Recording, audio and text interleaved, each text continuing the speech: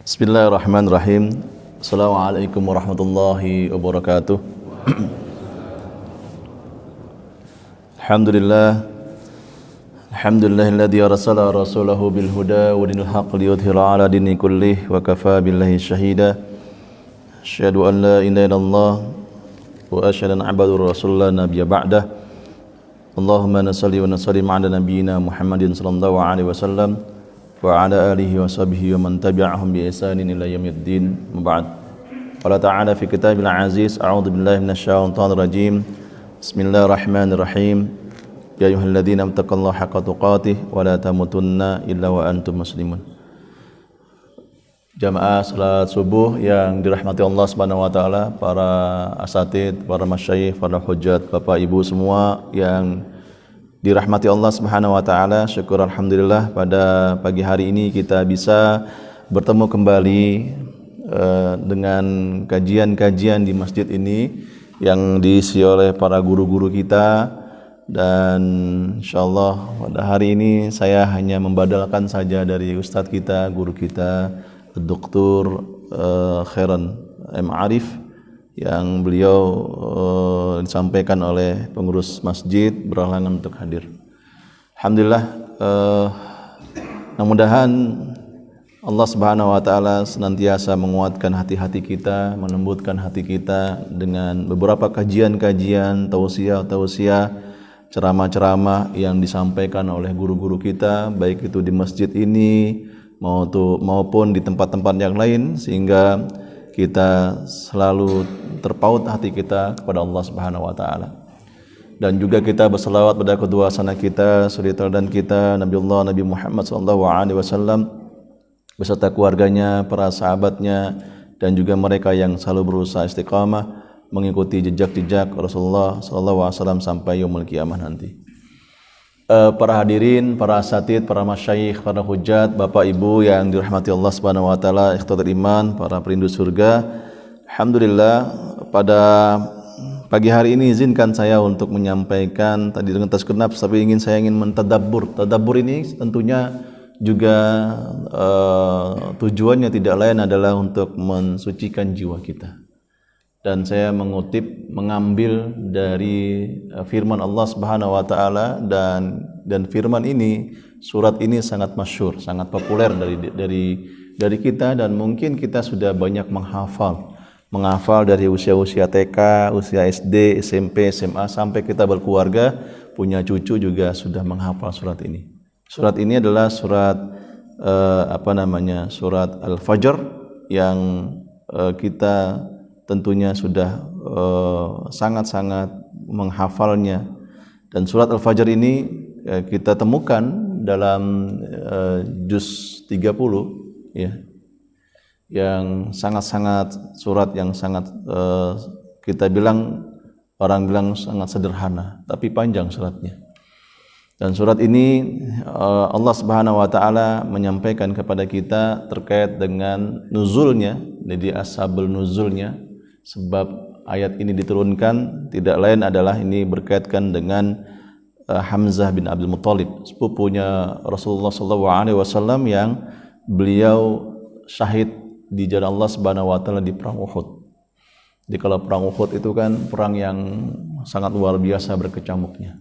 Perang yang dimana kaum muslimin ini tidak taat dengan perintah Rasulullah SAW yang harusnya berada di pos-pos masing-masing, tapi karena tergiur dengan harta rampasan, sehingga kaum muslimin yang ada di pos-pos itu, yang tadinya orang-orang Yahudi, orang-orang kafir Quraisy, orang-orang yang musuh Allah Subhanahu wa taala, jauh terpental, mundur dengan kaum muslimin, ya.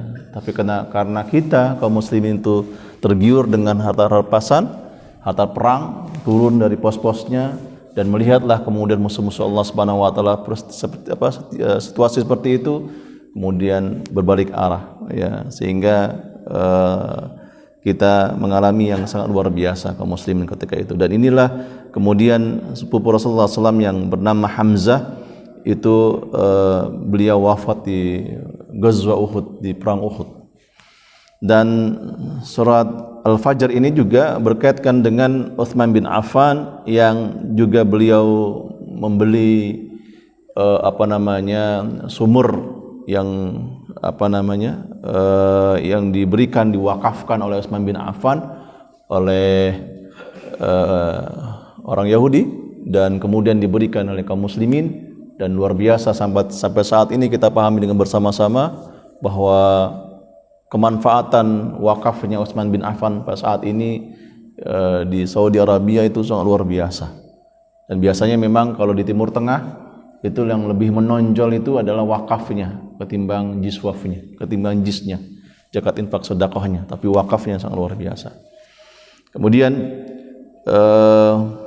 jamaah salat subuh yang ta'ala, dan ini juga terkait dengan ayat ini berkaitan dengan kesempurnaan kaum muslimin dan secara umumnya ya, dan kita lihat bagaimana Ikrimah bin Abi Jahal yang sangat luar biasa. Dan surat ini, surat Al-Fajr ini tentunya semua berkaitan dengan hal-hal yang berkaitan dengan i'tiqad, keyakinan. Makanya surat Al-Fajr ini diturunkan oleh Allah Subhanahu wa taala di kota Mekah. Makanya kita sebutkan, kita syah masyhur sangat pahami surat ini, bahwa surat Al-Fajr ini surat Makkiyah, surat yang diturunkan oleh Allah Subhanahu wa taala di kota Mekah.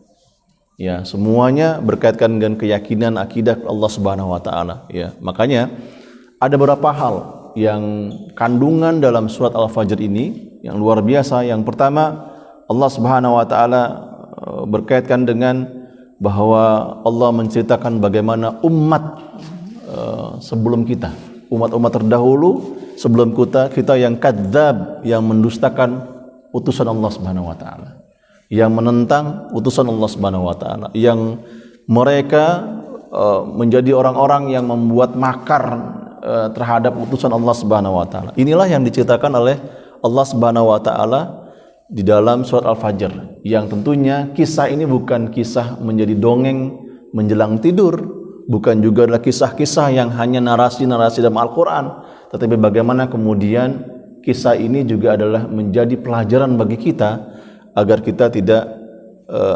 mengikuti mereka yang senantiasa kadzab, mendustakan utusan Allah Subhanahu wa taala. Yang kedua, ini juga kandungan dalam Al-Qur'an surat Al-Fajr ini adalah berkaitan dengan sunnatullah. Bagaimana sunnatullah di dunia, ujian-ujian Allah Subhanahu wa taala. Kemudian Allah Subhanahu wa taala memberikan kelapangan bagi kita, kempitan bagi kita, kemiskinan, kekayaan. Ini sunnatullah yang harus kita terima, yang harus kita jalankan, dan kita berupaya untuk meningkatkan keimanan kita dengan itu. Bukan justru kita adalah melemah, menjadi orang yang melemah dalam kehidupan kita. Kemudian jamaah salat subuh yang Allah taala, surat Al-Fajr ini juga berkaitan dengan diceritakan oleh Allah Subhanahu wa taala, berkaitan dengan yaitu yaumul hisab, yaumul akhir, hari kiamat. Ya, hari kiamat. Yang luar biasa dalam surat ini diceritakan oleh Allah Subhanahu wa taala bagaimana hari kiamat itu. Bagaimana juga kondisi kita, ya, bagaimana Allah Subhanahu wa taala kemudian memerintahkan kita, roh kita untuk pulang kepadanya. Ini cukup menarik memang. Kalau kita dalam surat Al-Fajr ini, mungkin para asatid kita, para masyayikh kita ini sudah banyak menjelaskan kepada kita. Paling tidak adalah kita juga mentadabbur, paling kita ada juga adalah meresapi, mengamalkan apa yang disampaikan oleh Allah Subhanahu wa taala dalam surat ini. Ya. Jamaah salat subuh wa ta'ala, surat yang diturunkan Allah Subhanahu wa taala, surat Al-Fajr ini di kota Mekah, tentunya ini ba'da suratul lail. Maka diturunkan oleh Allah Subhanahu wa taala surat Al-Fajr ini setelah surat Al-Lail. Ya, surat Al-Lail yang tadi sampaikan bagaimana pokok-pokok, ya, pokok-pokok yang disampaikan umat terdahulu yang kadzab, yang mendustakan utusan Allah Subhanahu wa taala, sunatullah. Ini pokok-pokoknya, kandungan-kandungannya. Pokok-pokok sunatullah, ya, di dunia, dan juga adalah yaumul qiyamah, hari kiamat yang dijelaskan Allah Subhanahu wa taala. Kalau kita lihat dengan surat Al-Qiyamah, itu sangat-sangat khusus. Surat Al-Qiyamah itu surat yang menjelaskan tentang bagaimana surat Al-Qiyamah. Tetapi kemudian kutipan-kutipan ayat-ayat yang kemudian dijelaskan Allah Subhanahu wa taala berkaitan dengan al-qiyamah begitu banyak, dan di antara surat Al-Fajr ini. Ya, jamaah salat subuh wa taala, ikhtal iman, Bapak Ibu semua, para asatid, para masyayikh, para hujjaj. Yang pertama, Allah Subhanahu wa taala memakainya kalimatnya adalah waw qasam. Ada 3 waw qasam di sini. Ya. Waw qasam itu waw sumpah. Wal fajri walayalin ashar wasyafi wal watr. Ya. Walayalin wal laili idza yasar. Ada 4. Ada 4 sumpah yang Allah menggunakan itu. Ini kan juga harus menjadi ihtimam kita, perhatian kita. Enggak boleh kita lepas, kita kemudian lupa, kita cuek-cuek begitu saja. Karena ini perintah Allah Subhanahu wa taala. Wal fajri, dan Allah sampaikan adalah bahwa Allah bersumpah dengan waktu Allah Subhanahu wa taala. Apa yang dimaksud dengan waktu itu adalah waktu al-fajr. Jadi fajar itu kalau kita pahami dengan bersama-sama, para ulama menyampaikan bahwa fajar itu banyak, ada 2, ada fajar kadhib, ada fajar yang bernama kadhib shadiq. Tapi kalau ulama masyhur, jumhur ulama menyampaikan yang dimaksud dengan surat al-fajr ini adalah fajar shadiq. Ya, dan juga dimaksud para ulama termasuk dengan salat subuh. Keistimewaan dalam waktu fajar ya Allah berikan kepada kita, yang dimana mereka lelap dalam tidurnya, ya, dimana di malam-malamnya para begadang, dimana kemudian dia terhanyut dengan duniawi. Padahal Allah Subhanahu wa taala memerintahkan, dan sunnah Rasulullah SAW, kalau kemudian kita tidak ada aktivitas setelah Isya itu, maka sebaiknya sunnahnya adalah kita tidur. Enggak perlu kita nonton TV, sinetron dan sebagainya, menggadang, itu enggak perlu. Ya. Kecuali memang ini memberikan manfaat kepada kita. Kata sunnah Rasulullah SAW, agar kenapa? Agar kita bisa memburu ya sepertiga malam, agar kita bisa mempersiapkan waktu yang istimewa yang diberikan Allah Subhanahu wa taala yaitu adalah di waktu subuh, surat Al-Fajr. Sebagaimana banyak manfaat-manfaat banyak yang dijelaskan oleh Rasulullah SAW, bahkan Allah Subhanahu wa taala ini menjaminnya, memberikan proteksi. Ya, siapa yang kemudian man salatus subhi, siapa yang senantiasa melakukan salat subuh, fahuwa fi dhimmatillah. Maka orang itu berada dalam naungan Allah, di dalam proteksi Allah Subhanahu wa taala. Jadi kalau Allah Subhanahu wa taala menyampaikan itu kepada kita, bahwa orang yang melakukan salat subuh dijamin Allah Subhanahu wa taala, dijamin itu kesehatannya, dijamin itu rezekinya, dijamin keseluruhan dimudahkan Allah Subhanahu wa taala pada hari itu. Ini yang kita yakinkan. Maka itu adalah bagian dari i'tikad. Jadi kalau ada orang yang kemudian melakukan salat subuh itu tidak yakin dengan apa yang Allah mudahkan, ya, urusan-urusan kita, maka bisa jadi adalah ini salat subuh kita atau salat kita ini perlu kita perbaiki dengan baik. Sejauh mana kemudian niat ikhlas kita kepada Allah Subhanahu wa taala? Apakah kita termasuk orang-orang yang hanya ikut-ikutan? Mohon maaf. Walaupun ini ada wasilah, kan wasilah salat subuh itu sangat luar biasa. Wasilah salat subuh itu boleh-boleh saja. Tidak ada al-imtina', tidak ada larangan. Karena ini berkaitan dengan salat subuh berjamaah. Tapi paling tidak adalah kita adalah memperbaiki niat salat subuh kita bukan karena ikut-ikutan, tapi adalah bagaimana kita niat karena Allah Subhanahu wa taala, dan kita memahami wa ma khalaqtul jinna wal insa illa liya'budun. Tidak akan aku ciptakan jin dan manusia melainkan untuk menyembahku. Maka banyak sekali manfaat bagaimana kemudian Allah Subhanahu wa taala memberikan pahalanya. Pahalanya salat subuh itu orang ada menyatakannya seperti melakukannya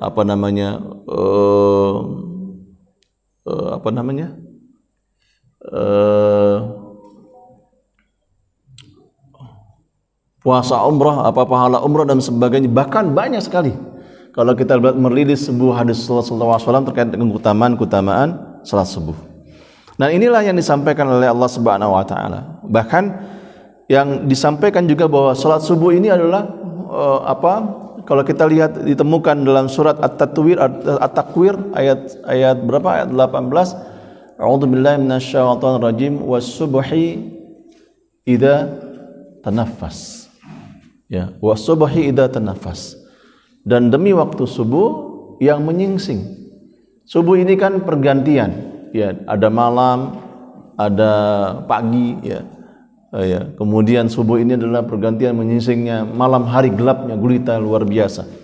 Di kondisi malam bagaimana Allah Subhanahu wa taala sampaikan, bahkan ini salat subuh ini adalah memulai kehidupan kita. Memulai kehidupan kita dan memulai kehidupan kita dengan taat kepada Allah Subhanahu wa taala. Ya, luar biasa. Bukan kalau kita salat subuh, banyak orang yang tidak melakukan salat subuh karena dengan duniawinya, banyak. Ya, saya banyak menjumpai orang yang kemudian misalnya dia berangkat dari jam 3 dari rumah, jam setengah 4 dari rumah, kemudian ke pasar beli dagangan sampai di rumah jam 6. Ya, saya tanya pada pedagang itu, Mas, nyempatin salat subuh gak di pasar? Wah, susah Ustaz, kalau kita sudah transaksi gitu susah. Nah itu. Padahal keberkahan dalam jual beli itu adalah ketika Allah Subhanahu wa taala perintahkan kita untuk menunaikan salat kita, maka kita tinggalkan jual beli itu. Itulah keberkahannya. Ya, itulah keberkahannya. Maka itulah yang sampaikan kenapa Allah Subhanahu wa taala memberikan sebuah keistimewaan, ya, keistimewaan yang sangat luar biasa kepada kita yang melakukan salat subuh. Jamaah salat subuh yang Allah Ta'ala di ayat yang selanjutnya, ayat yang kedua, wal laili wal fajri, gimana? Wal fajri walayalin asyar. Dan Allah Subhanahu wa taala menyebutkan adalah dan demi malam yang 10. Ini banyak tafsirnya. Ya, banyak tafsirnya. Ada kemudian para ulama tafsir menyebutkannya itu adalah 10 hari pertama di bulan Dzulhijjah. Ada yang mengatakan 10 hari pertama di bulan Ramadan. Ada yang kemudian termasuk di dalamnya adalah 10 hari bulan Muharram. Ya. Kita pahami 10 Dzulhijjah, Allah Subhanahu wa taala juga dalam hadis Rasulullah SAW sampaikan tentang bagaimana kaedah-kaedahnya, manfaat-manfaatnya, pahala-pahalanya 10 hari bulan Dzulhijjah. Ada kemudian juga 10 terakhir bulan Ramadan. Allah sampaikan juga terkait bagaimana kita diminta oleh Rasulullah SAW untuk beriktikaf. Karena di dalam itu ada malam Lailatul Qadar. Malam 21, malam 23, malam 25, dan malam 27. Ya, walaupun hadis Rasulullah SAW menyampaikanlah, kita mengatakan bahwa malam Lailatul Qadar adalah malam 25 dan malam 27. Hadis yang Rasulullah SAW banyak yang menyampaikan itu. Bahkan kita lihat bagaimana dalam 10 hari pertama dalam bulan Muharram, yang gimana Rasulullah SAW dan banyak hadis Rasulullah SAW bahwa Nabi Musa alaihissalam ini adalah diselamatkan oleh Allah Subhanahu wa taala dari apa? Dari kejahatannya Bani Israel. Nabi Musa alaihissalam. Makanya inilah kemudian begitu jelas, ya, ketika Allah Subhanahu wa taala mentenggelamkan Firaun, makhluk Allah Subhanahu wa taala, manusia yang sombong kepada Allah Subhanahu wa taala. Manusia yang mengatakan anna Rabbil A'la, ya, dia mengatakan bahwa aku adalah Tuhan yang paling tinggi.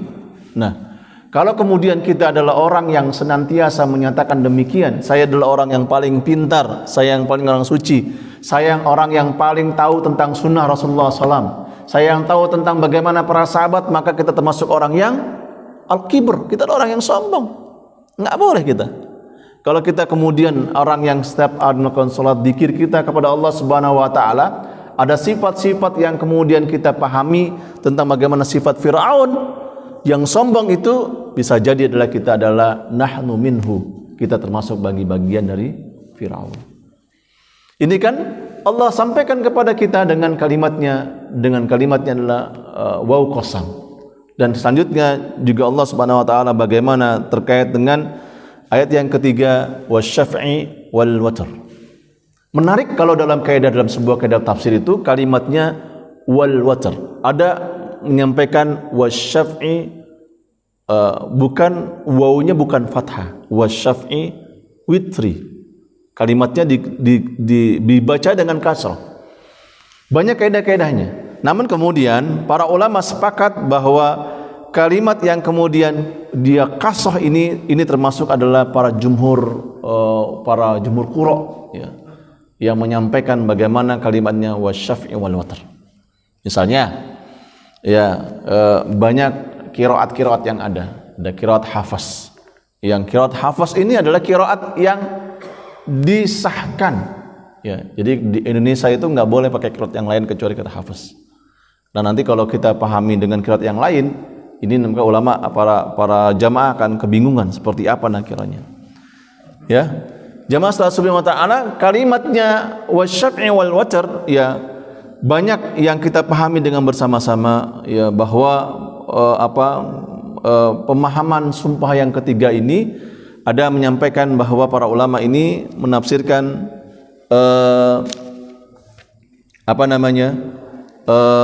berkaitkan dengan yaumul arafah wa yaumul idul adha. Ya, ada menyampaikan bahwa yaumul arafah wa yaumul idul adha, bahwa ya wasyaf'i wal watr ini berkaitan dengan hari Arafah dan hari Idul Adha.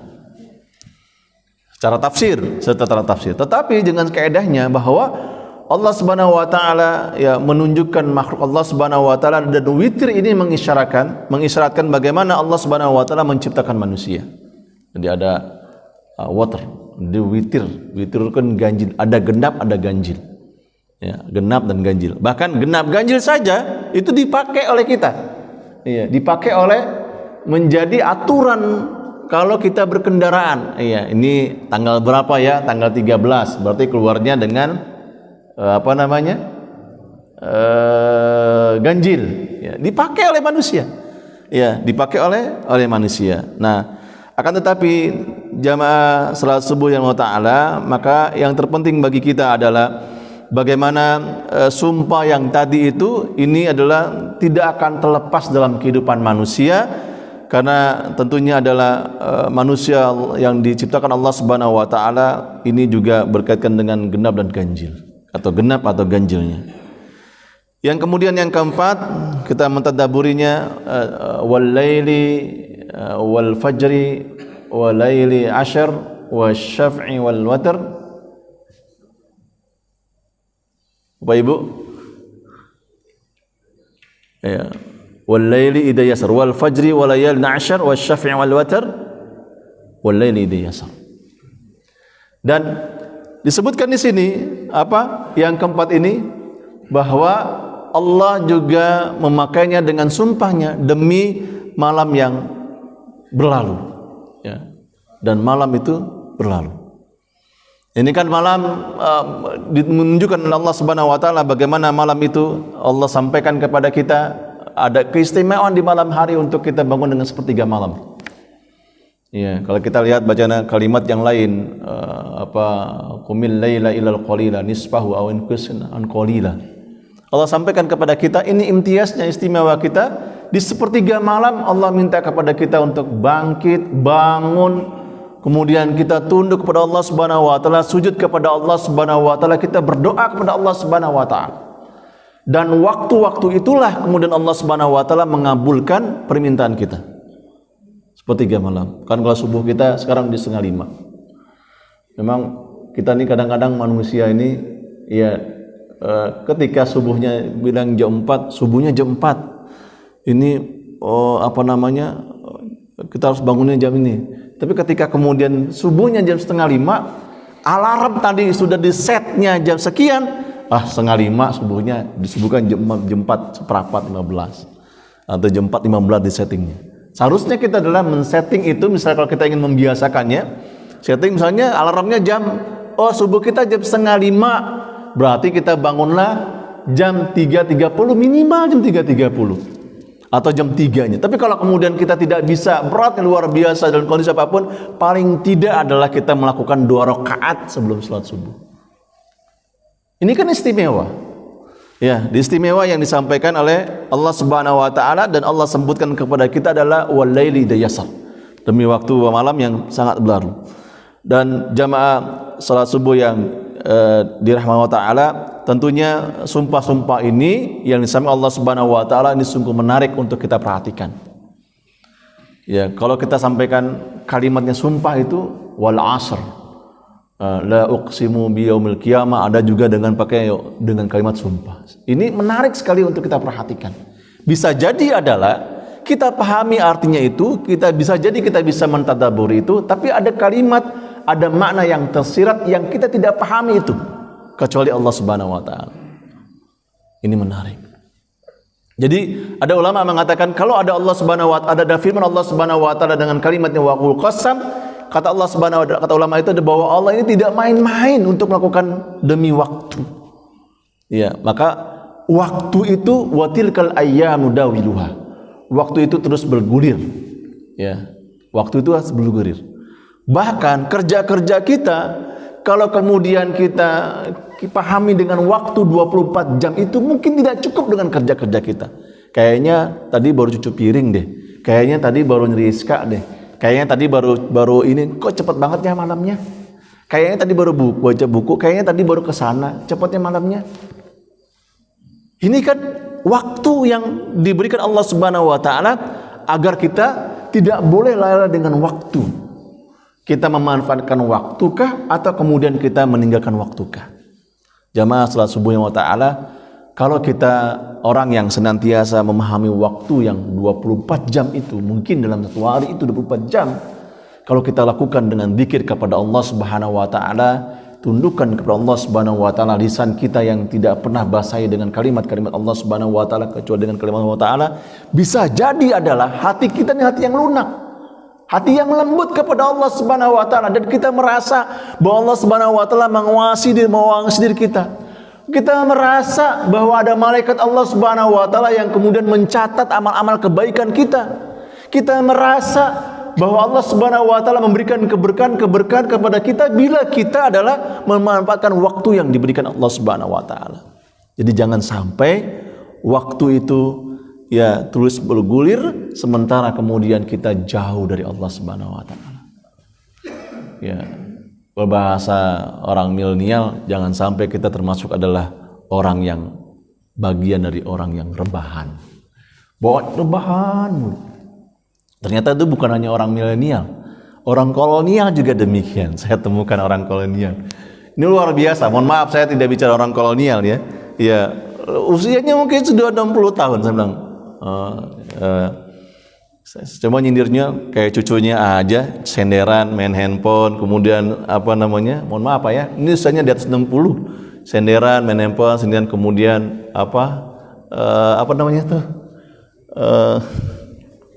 short gitu, ya itu saya bilang, saya ngomong sama beliau, Mbah 70-an ya, Mbah kayak cucunya aja Mbah, senderan, main handphone, short. Coba Mbah baca Al-Quran gitu, hafalin doa-doa. Ya Pak Ustadz nih udah kebiasaan nih. Coba kebiasaannya dihilangkan Mbah. Nah, ini luar biasa. Ternyata bukan hanya orang milenial, kolonial dia demikian. Ya, jamaah salat subuh wa ta'ala, dan di ayat yang kelima Allah Subhanahu wa taala mengatakan kepada kita hafidhalika lijil hijar. Apa yang disampaikan Allah Subhanahu wa taala, apa yang demikian itu ya terdapat sumpah yang dapat diterima oleh orang-orang yang berakal, dan orang-orang yang berakal itu akan menerima bagaimana sumpah Allah Subhanahu wa taala, sumpah yang disampaikan Allah Subhanahu wa taala. Orang yang berakal, tapi orang yang tidak berakal tidak. Ya. Ini jamaah salat subuh wa taala yang tentunya kita pahami dengan bersama-sama bahwa ya Allah menyampaikan itu tidak lain adalah memberikan sebuah manfaat bagi kita, bukan bagian dari mafsadat kita. Kemanfaatan, kemaslahatan itu ini tentunya adalah bagian bagaimana kita termasuk orang-orang yang beriman kepada Allah Subhanahu wa taala. Jamaah salat subuh yang wa taala. Kemudian di ayat ke-6 sampai ke-8 Allah sampaikan kepada kita ini berkaitan dengan kisah-kisah kaum terdahulu yang kadzab, yang berdusta kepada Allah Subhanahu wa taala, berdusta terhadap utusan Allah Subhanahu wa taala. Apa yang disampaikan? Di sampai ini Allah sampaikan, saya baca artinya saja ya. Apakah kamu tidak memperhatikan bagaimana Tuhanmu berbuat terhadap kaum Ad, ya, yaitu penduduk Iram yang mempunyai bangunan-bangunan yang tinggi yang belum pernah dibangun satu kota seperti itulah negeri-negeri yang lain. Kaum Ad ini kaum Ad ini dia ya punya jiwa arsitektur, ya, jauh. Ya. Kalau ada yang paham arsitektur, ya dia profesinya arsitek. Ya. Ini kaum Ad ini dia punya jiwa arsitektur yang luar biasa. Dibuat kemudian bangunan-bangunan yang tinggi, ya, ya, yang sangat luar biasa. Ya, kaum Ad itu. Dan kaum Ad ini adalah kaumnya Nabi Hud alaihissalam. Kaumnya Nabi Hud alaihissalam. Dan dia tidak memahami bahwa ada orang yang kemudian di kaum Ad itu membuat bangunan yang tinggi, tapi dia tidak memahami bahwa ada Allah Rabbus Samawati wal Ard yang paling tinggi. Ya, jamaah salat subuh yang taala, bahwa kaum Ad ini di dalam tafsir mengatakan bahwa kaum Ad ini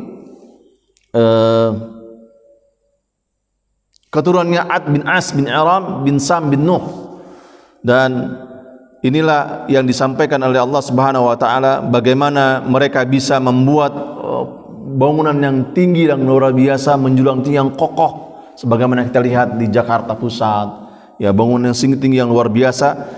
Orang kemudian menyaksikan bahwa kita paham bahwa bangunan-bangunan tinggi itu bagian dari peradaban. Tapi tentunya jamaah salat subuh yang taala, ketika kaum Ad itu didakwakan oleh Nabi Hud alaihissalam, maka mereka kemudian mendustakan Allah Subhanahu wa taala. Bahkan apa yang terjadi? Allah Subhanahu wa taala birih sonsorin atiyah. Maka yang terjadi adalah Allah Subhanahu wa taala mengirimkan topan yang sangat luar biasa. Ya, kemudian Allah menggulingkan semuanya bangunan yang tinggi. Bahkan kita lihat mereka bergelimpangan mayat seperti halnya disampaikan adalah seperti pohon kurma yang telah rapuh dalam surat Al-Fajr ini. Tidak ada yang bisa sombongi, ya. Ya. Peradaban apapun yang kemudian kita bangun, tanpa dengan izin Allah Subhanahu wa taala, tanpa dengan kenikmatan yang diberikan Allah Subhanahu wa taala, maka peradaban itu tidak ada. Dan inilah kaum Ad, bukti nyata orang yang punya jiwa arsitektur, yang membangun yang tinggi, yang kokoh, yang sangat luar biasa. Ketika Allah Subhanahu wa taala memerintahkan Nabi Hud alaihissalam dan mereka didakwakan, tapi mereka kemudian mendustakan utusan Allah Subhanahu wa taala, tidak mau memerintahkan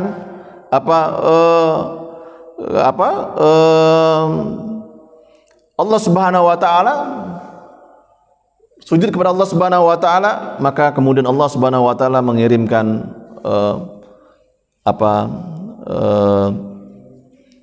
rih, ya, rih, apa itu rih?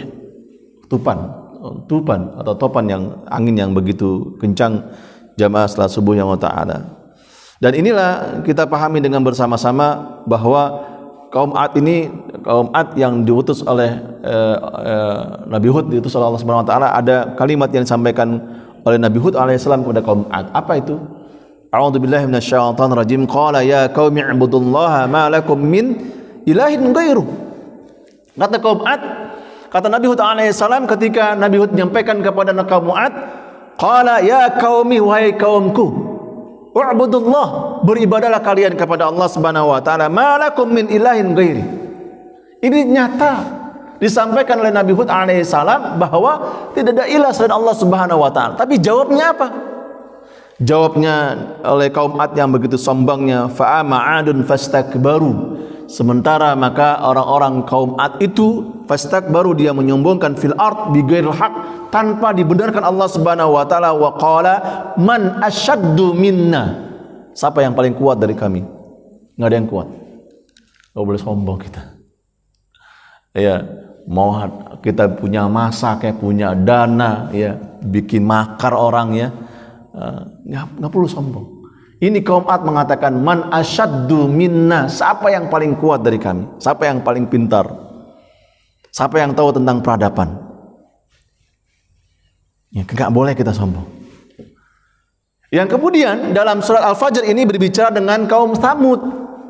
Yang Allah Subhanahu wa taala juga mengutus Nabi Saleh mendakwakan dakwah tauhid mereka untuk menyembah kepada Allah Subhanahu wa taala. Dan mereka kaum Tsamud ini adalah orang yang mengukir batu yang luar biasa. Ya, bisa dia bikin ini, bikin itu, bikin keramik dan sebagainya. Ini pakarnya kaum Tsamud. Ya, bikin apa? Bahkan bikin keramik kalau kita tahu kaligrafi dan sebagainya dari yang lain dan sebagainya, batu-batu dan sebagainya. Ya, ini kaum Tsamud. Makanya kaum Tsamud itu wa tsamul ladzi jabu sakhra fil wadi wa fir'auna dil autad. Ini yang pakar dengan mengukir batu. Tapi kaum Tsamud ini ya, bagaimana Allah Subhanahu wa taala kemudian sampaikan utusan Allah yang nama Nabi Saleh alaihi salam. Bahkan ini murkanya luar biasa ketika kaum Ad, ya, kaum Tsamud ini minta ya di balik gunung itu, batu-batu itu dikeluarkan makhluk Allah Subhanahu wa taala, binatang yang nama adalah unta. Bisakah Nabi Saleh ini kata kaum Tsamud untuk mengeluarkan? Luar biasa. Ketika kemudian Allah Subhanahu wa taala kemudian mengabulkan Nabi Saleh, dan kemudian Nabi Saleh menyampaikan kepada kaum Tsamud untuk tidak menyakiti makhluk itu, unta itu, namun kemudian mereka menyakiti itu dan mereka murka, bahkan mendustakan utusan Allah Subhanahu wa taala. Jamaah salat subhanahu wa ta'ala, sampaikan wa tanhituna minal jibali buyutan farihina fattaqullaha wa ati'un. Dan disampaikan Allah Subhanahu wa taala fattaqullaha wa ati'un, bertakwalah kalian kepada Allah Subhanahu wa taala dan bertawakallah dan bertaatlah kepada Allah Subhanahu wa taala. Bahkan Fir'aun alladzina taghaw fil bilad fa aktharu fiha al fasad fasaba alaihim rabbuka sawtu adab. Dan Fir'aun ini dahsyat luar biasa.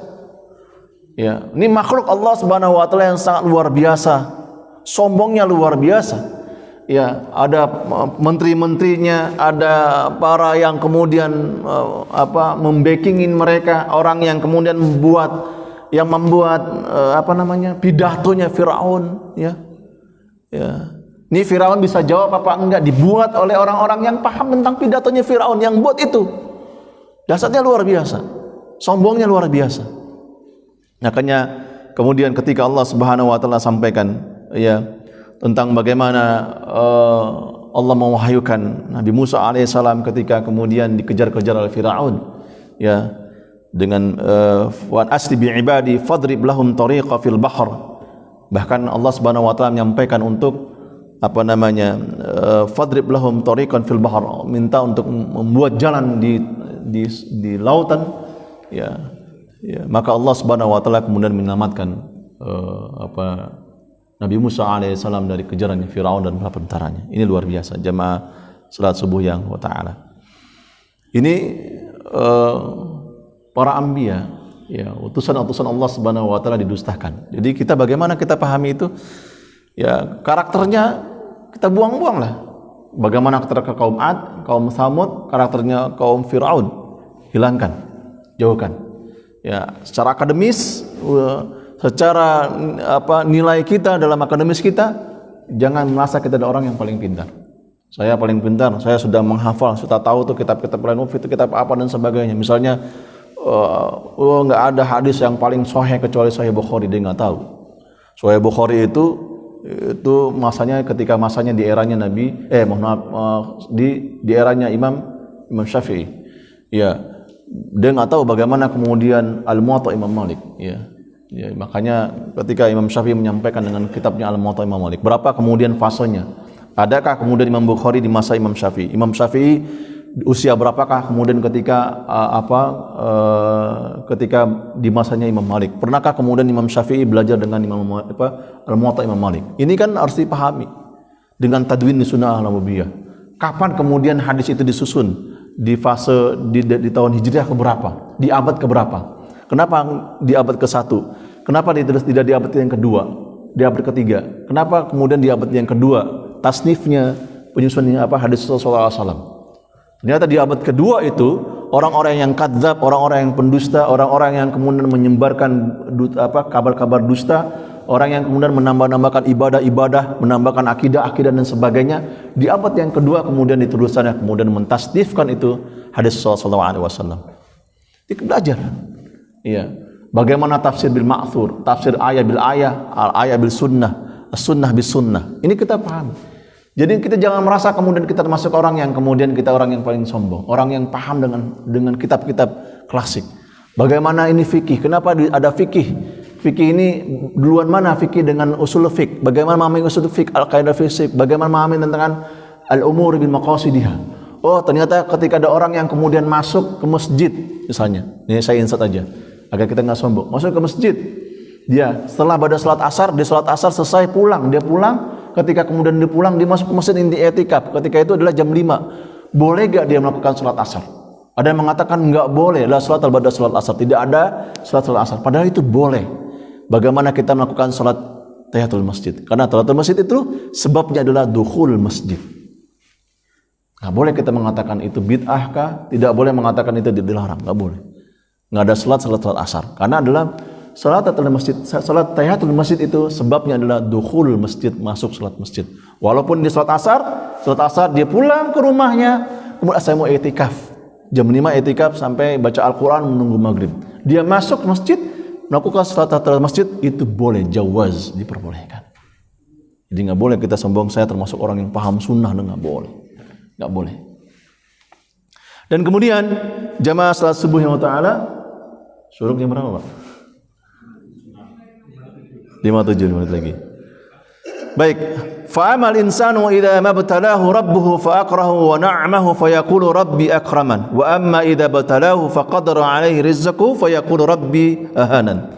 Maka dalam ayat ini Allah Subhanahu wa taala menyampaikan kepada kita kalla bal la tukrimul yatim. Maka di samping ini adalah ada sebuah ibtila, ada ujian yang sama Allah Subhanahu wa taala. Kalimatnya ketika al-insan manusia itu diberikan ibtila, ya, ujian dari Allah Subhanahu wa taala, ada yang kemudian dia menerimanya, ada yang kemudian dia tidak menerimanya. Ya. Yang menerimanya, ya, maka dia mengatakan bahwa inilah Allah memuliakanku dengan ibtila. Ibtila itu antara ibtila al-bala itu beda. Maka disebutkan dalam surat Al-Mulk, ya, dia beluakum ayyukum ahsanu amala. Dia beluakum. Kalimatnya bala yubli, dia beliakum, maka Allah akan menguji siapa yang paling ahsan, yang paling berkualitas amalnya. Ibtila. Jadi ibtila itu lebih besar dasarnya ketimbang adalah ujian biasa. Ya, ujian biasa. Ada, kalau bahasa Arab itu ada imtihan, ada al-ikhtibarat, ada ibtila. Tapi al-imtihan biasanya dipakai dengan orang yang mau naik level 1, 2, 3, 4, 5, mau naik kelas 1, 2, 3, 4, ya, ada yang kuliah tinggal 1, 2, 3, 4, itu kan harus ada tahap imtihannya, ada ujian skripsinya, ujian disertasinya, tesisnya dan sebagainya. Itu kan ingin naik level gitu ya, demikianlah. Makanya kalau kemudian kita sekolah S1 kemudian skripsinya dihilangkan, ya nggak ada tantangan. Apalagi S2 kemudian tesisnya dihilangkan, nggak ada tantangan. S3 disertasi dihilangkan, itu nggak ada tantangan. Yang tantangan itu bagaimana kita bisa menulis demikian. Indah ibtila demikian. Ibtila yang disampaikan Allah Subhanahu wa taala, dan ayat ini Allah sampaikan kepada kita banyak ayat Allah Subhanahu wa taala terkait dengan bagaimana kalimat-kalimat itu, bahwa ujian yang diberikan Allah Subhanahu wa taala ini adalah sunnah Allah. Ada miskin, ada kaya, ada kesengsaraan, ada kelapangan, Allah berikan kepada kita. Kadang kita sedih, kadang kita senang dan sebagainya. Itu ibtila dari Allah Subhanahu wa taala. Kita terima itu. Bertawakal kita kepada Allah Subhanahu wa taala. Ada yang kemudian pada hari ini kita nggak tahu, bincang-bincang, kita telepon orang tua kita, saudara kita, tiba-tiba besok pagi atau sore dan sebagainya kita kabar, saudara kita yang tadi meninggal dunia. Yang tadi kemudian kita tahu, kemudian kita barang subuh berjamaah, siangnya kita dengar tadi jamaah kita yang berjamaah meninggal dunia. Itu kan juga ibtila bagi saudaranya, bagi keluarganya, agar meningkatkan ketakwaan kepada Allah Subhanahu wa taala. Jamaah salat Subhanahu wa taala, sampaikan di sini juga adalah kalla bal la tukrimul yatim wa la tahadu ala tu'amil miskin wa ta'kulun aklan lamma. Yang sampaikan di sini adalah bahwa ya kita tidak diperbolehkan untuk memakan anak yatim. Ya, hati-hati orang yang pegang anaknya megang kas anak yatim, ya jangan sampai kita terpakai tercampur dengan uang pribadi kita sehingga kemudian tercampurlah anak yatim. Jadi ada suatu kisah, ada seorang kiai yang membiasakan anaknya. Jadi anaknya dites, anaknya dites sama ayahnya, anak ayah kiainya, dites secara uang di situ. Kemudian ketika itu kemudian dia anaknya mengira kalau anaknya tidak ini anaknya izin apa tidak mengambil uang dari di situ. Biasa yang uang itu memang dipakai untuk kalau jajannya anak-anaknya. Ya, ayahnya bilang biasa uang itu atau itu ini izin tidak izin ini ini uangnya untuk kamu untuk jajan, untuk jajan. Satu saat dia ngetes nih ayahnya kiai tersebut dengan anaknya. Ditaruh uang itu dan ini uang anak yatim. Luar biasa, sangat luar biasa. Anak kiai ini walaupun ayahnya mengatakan ini untuk jajannya dia sampaikan tidak izin, ini sampaikan ini bawain untuk jajannya, dipersilakan, tapi dia selalu mengatakan kepada ayahnya kayak itu mengatakan, ayah ini uang siapa? Ini uang anak yatim. Ketika kemudian sampaikan uang yatim, apa disampaikan anak itu dijauhkan anak yatimnya, jauhkan uang yatim. Kenapa nak? Nggak boleh ayah. Kalau kita makan uang yatim, nanti Allah Subhanahu wa taala menyiksa kita, memberikan adab kepada kita. Itu anak kiai. Ya, bisa jadi kita juga orang yang soleh, bisa memberikan edukasi kepada anak-anak kita bahwa jangan sampai kemudian kita memakan anak yatim. Ya, apalagi ketika mengolah dan sebagainya. Wala tahaddu ala ta'amil miskin, dan tidak memberikan orang miskin, ya menghardik, mencela, tapi tidak menyampaikan memberikan makan ke anak yatim. Wa ta'kuluna aklan lamma, memakan harta waris, arti harisan, harisan. 4 hari yang lalu saya memediasi orang yang punya warisan sekitar 5 sampai 6 M. Ributnya luar biasa keluarganya. 5 sampai 6 M. Ributnya luar biasa, ada kakak pertama dan sebagainya. Dia ingin menyampaikan, Ustaz, saya ingin menyampaikan bagaimana pembagian warisnya, bagaimana sesuai dengan Islam dan sebagainya. Sampaikan ada ashabul furud, ada ashabul asobah, mana yang wajib diberikan dan sebagainya. Ternyata di sisi-sisi ada satu orang keluarga dia itu adalah dia memakan harta warisnya dari peninggalan ayahnya. Dia ceritakan dan dia bertobat kepada Allah Subhanahu wa taala. Ini jangan hati-hati. Wa tuhibbul mala hubban jamma, dan mencintai harta berlebihan. Nah, Bapak Ibu semua, jangan sampai kemudian kita termasuk orang-orang yang mencintai harta berlebihan. Dan ini sunnatullah. Dan dalam tafsir yang lain kemudian wa tuhibbuna mala jumma kalla idza dukkatil ardu dakka wa jaa rabbukal malaku saffan saffa wa ji yawma idzin bi jahannama yawma idzin yataghaddaru insanu wa anna lahu dhikra yaqulu ya lati qaddamtu lil hayati fa yawma idzin la yu'adzibu 'adzabu ahad wala yuthiqu wathaqahu ahad ya ayyuhatuhan nafsul mutmainnah irji'i ila rabbika radiyatan maradiyah wadkhuli fi ibadi wadkhul jannati. Ini adalah yang disampaikan oleh Allah Subhanahu wa taala, kita paham dengan surah Al-Qaf ayat 30, yaqulu yauma taqulu li jahannama halim talatul taqulu hal min mazid.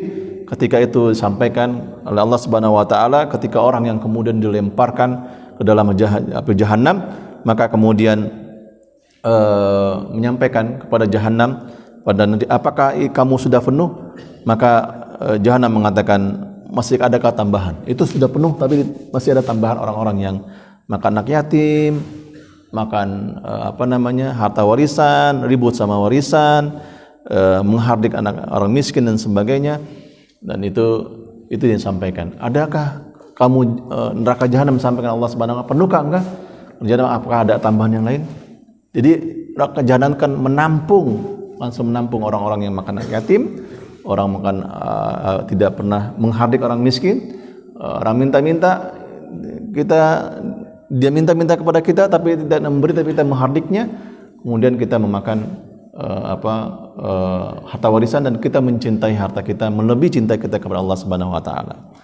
Yang terakhir, jamaah subhanahu wa taala, maka disinilah kita sampaikan Allah mengatakan fadkhuli fi ibadi. Allah minta kepada kita, kepada hamba-hamba yang soleh ini untuk memasukkan surga Allah Subhanahu wa taala. Maka surga Allah Subhanahu wa taala itu adalah maq'ad sidqin ila malikin muqtar.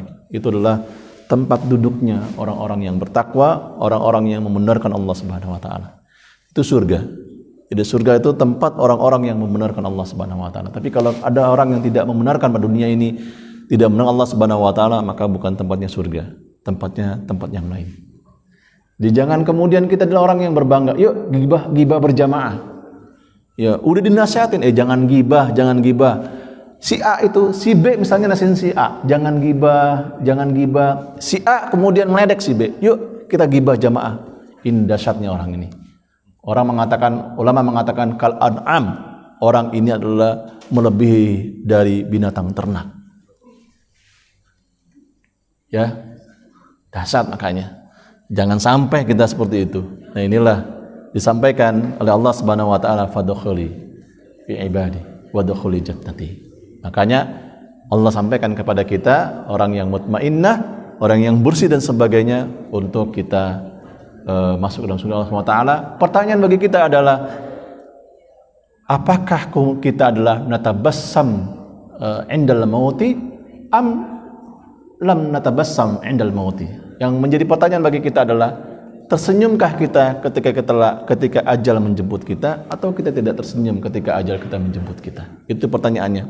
Jawabannya adalah itu di hati kita. Selama kita berbuat kebaikan, insyaallah nahnu natabassam, kita akan senyum apabila Allah kemudian memanggil kita. Semoga surat Al-Fajr ini menguatkan kita untuk senantiasa kita mentazkiyah nafs. Wallahu a'lam. Ada satu pertanyaan, silakan Bapak Ibu sebelum kita melakukan salat suruh. Baik, itu saya. Ada pertanyaan?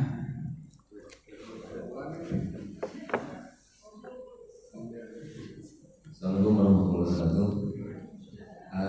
Dalam surat Al-Isra 78, dirikanlah sholat sejak tergelincir matahari hingga gelap malam, dan dirikanlah sholat subuh, karena dalam sholat subuh itu disaksikan oleh malaikat.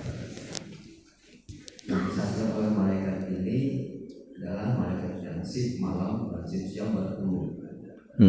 Yang berikutnya adalah bahwa dalam surah hadis Rasulullah SAW, jika kalian mengetahui rahasia daripada sholat subuh dan isya, maka kalian akan mendatangi berangkat. Apa rahasianya? Yang pertama. Yang kedua, dalam surat Hud 81 tadi disebutkan tentang kaum Ad. Allah Subhanahu wa taala dalam firman-Nya bahwa akan ditimpa suatu musibah, suatu kaum pada waktu subuh. Subuh itu sudah dekat, Allah memberitakan itu. Saudara itu subuh itu sudah dekat. Ini kaitannya dengan surat Al-Fajr dan surat Hud 81. Mengapa ada perintah sholat yang dinyatakan dalam surat Al-Isra? Sesungguhnya ada kaitannya dengan surat Hud. Karena banyak bencana terjadi itu justru di tengah-tengah orang pada waktu itu. Mohon penjelasan. Baik, bismillahirrahmanirrahim. Bapak Ibu, para asatidz, para masyayikh, para hujjat, dalam tafsir itu memang tafsir itu berbicara ada tafsir bil al-ayah bil ayah, al-ayah bis sunnah, as-sunnah bis sunnah. Ketika kita memahami Al-Quran itu tidak tekstual, kalau mentadaburi kita bisa akan pahami dengan tafsir lain. Tapi ketika kemudian kita memahami tafsir ini, maksudnya ayat ini apa ya, ayat A sama ayat B maksudnya apa dan sebagainya, maka itu disebutkan al-ayah bil ayah. Ada ayat dengan ayat, ayat ini dengan ayat ini. Adakah alaqahnya, adakah korelasinya dan sebagainya. Maka tadi sampaikan bagaimana dengan surat al-fajr tadi terkait dengan wal fajri. Wal fajri itu demi waktu subuh. Kemudian disampaikan lagi tadi dengan surat at-takwir. Apa sih subuh yang dimaksud? Subuh yang dimaksud adalah was-subhi idza tanaffas. Demi subuh yang menyingsing. Berarti subuh itu adalah tanda di mana Allah Subhanahu wa taala menggantikan silih berganti waktu yang tadi pagi kemudian menjadi petang atau pagi hari terang. Yang tadi gelap menjadi terang. Itu makna yang kemudian kita pahami dalam tafsir Al-Quran, al-ayah bil ayah. Kemudian tadi sampaikan oleh orang tua kita, bapak kita, ketika sholat subuh itu juga dijelaskan sholat Al-Isra. Jadi ketika sholat subuh ini banyak kemudian korelasi alaqah-alaqahnya dengan ayat-ayat dan ayat. Ini kemudian Al-Isra menyampaikan dengan sholat subuh, bagaimana keutamaan subuh dan sebagainya, maka banyak sekali bahkan dalam surat yang lain. Artinya bahwa salat subuh ini adalah bagian imtiaz, keistimewaan, waktu yang sangat istimewa, yang dimana Allah memberikan itu, dan kita sebagai manusia salat di malam hari itu adalah menjadi istirahat kita,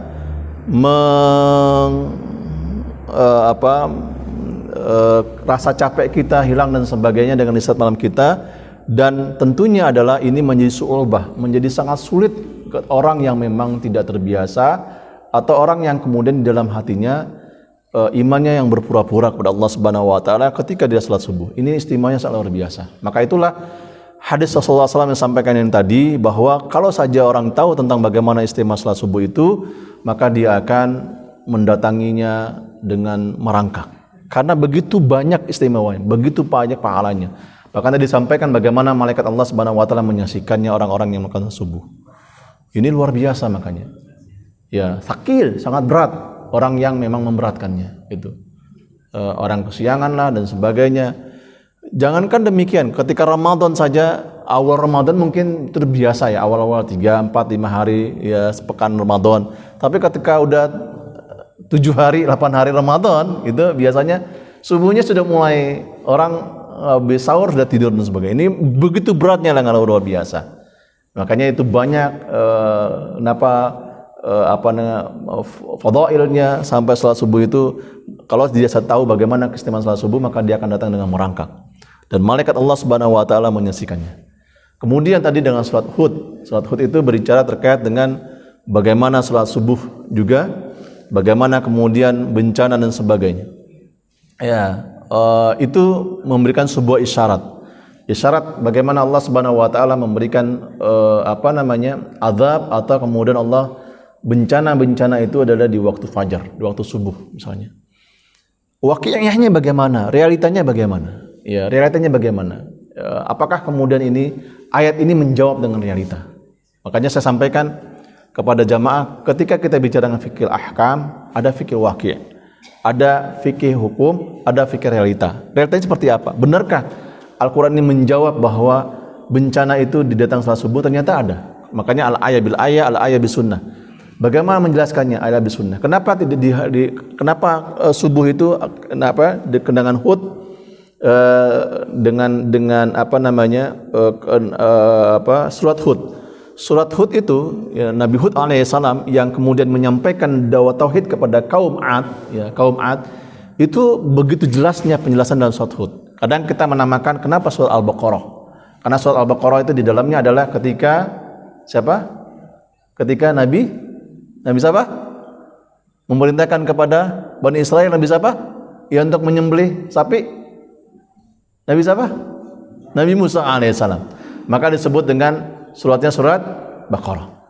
Penggalan-penggalan itulah yang kemudian menamakannya. Nabi Hud alaihissalam yang kemudian suratnya Hud, ya, maka dijelaskan di situ adalah bagaimana dakwahnya, walaupun ada kemudian dijelaskan tadi dengan soal Al-Fajr, bagaimana kaum Ad adalah kaumnya Nabi Hud alaihissalam yang kemudian diperintahkan untuk menyembah Allah Subhanahu wa taala, tapi namun mereka mendustakannya. Tapi di surat Hud itu disampaikan demikian. Jadi penggalan al-ayah bil ayah ala sunnah bis sunnah. Jadi begitu banyak korelasinya dalam tafsir. Jadi kalau kita bacanya luar biasa. Itulah kenapa kemudian surat Al-Muwatta kitab Al-Muwatta Imam Malik itu yang ditulis oleh Imam Malik selama 40 tahun. Ditulis selama 40 tahun. Tapi kemudian muridnya cuman pelajarnya 40 hari. Marahnya dasar luar biasa. Apa dasarnya? Mengatakan, bagaimana mungkin kamu memahami kitab ini? Saya menulisnya selama 40 tahun, selama kalian membacanya, mempelajarinya sampai 40 hari. Bagaimana mungkin paham? Sama kita dengan Al-Quran. Al-Quran itu banyak korelasinya banyak. Al-ayah bil ayah, al-ayah bis sunnah, as-sunnah bis sunnah, dari kemudian surah Al-Baqarah sampai surah An-Nas dan sebagainya. Bagaimana mungkin kita akan memahami Al-Quran sementara kemudian kita hanya Al-Quran yang diturunkan berapa tahun? Berapa tahun Rasulullah berdakwah? 2 tahun. Dan berapa kemudian Al-Quran diturunkan? Ada yang kemudian diturunkan berangsur-angsur, ada yang kemudian secara langsung kemudian Allah menurunkan wahyu itu. Benar mungkin kalau kemudian usia biologis kita hari ini cukup kita memahami Al-Quran demikian? Tidak demikian. Maka justru saya akan mengambil jawaban dari Imam Ahmad atau Imam Malik mengatakan, mana mungkin kita akan paham dengan Al-Quran ya dengan surat yang lain, padahal banyak korelasinya, ala-alaqohnya, sementara kita mempelajari Al-Quran hanya satu ayat 1 jam, 2 jam, 3 jam, setahun, 2 tahun dan sebagainya, banyak yang kemudian pahaminya. Bahkan ada seorang, mohon maaf terakhir, ada seorang yang kemudian dia pahami yang bernama Abdurrahman Lee. Abdurrahman Lee ini seorang imam yang berada di Korea Selatan. Itu adanya di Itaewon, Masjid Itaewon. Di Bapak Ibu semua kalau ingin ke Korea Selatan, kalau ketika jalan-jalan ke selatan itu adalah Masjid Itaewon. Kunjungi Masjid Itaewon, datangkan bertemu dengan imam masjid besar namanya Abdurrahman Lee. Nah, itu mualafnya Korea Selatan yang dia lulusan Madinah Munawwarah. Luar biasa, dia menyampaikan kepada saya mengatakan karena dia bisa bahasa Arab, ya Syekh, sangat luar biasa. Usia yang saya mualaf ini saya maksudnya tidak puas dengan berapa Al-Quran yang diturunkan Allah Subhanahu wa taala, al-ayah bil ayah, al-ayah bis sunnah, sunnah bis sunnah. Nah, inilah banyak relasinya Pak, Bapak Ibu semuanya. Kenapa sholat Al-Isra juga demikian sholat subuh, kenapa sholat Hud dan sebagainya. Dan Hud adalah bicara tentang bagaimana dakwahnya Nabi Hud, dan disitulah yang dinamakan dengan sholat Hud yang disampaikan Allah Subhanahu wa taala. Wallahu a'lam bishawab. Demikian saya kira satu pertanyaan saja. Mudah-mudahan nanti kita akan saling koreksi, saling diskusi dan sebagainya. Demikian, mudah-mudahan Allah memberikan kelembutan kepada kita semua. Assalamualaikum warahmatullahi wabarakatuh.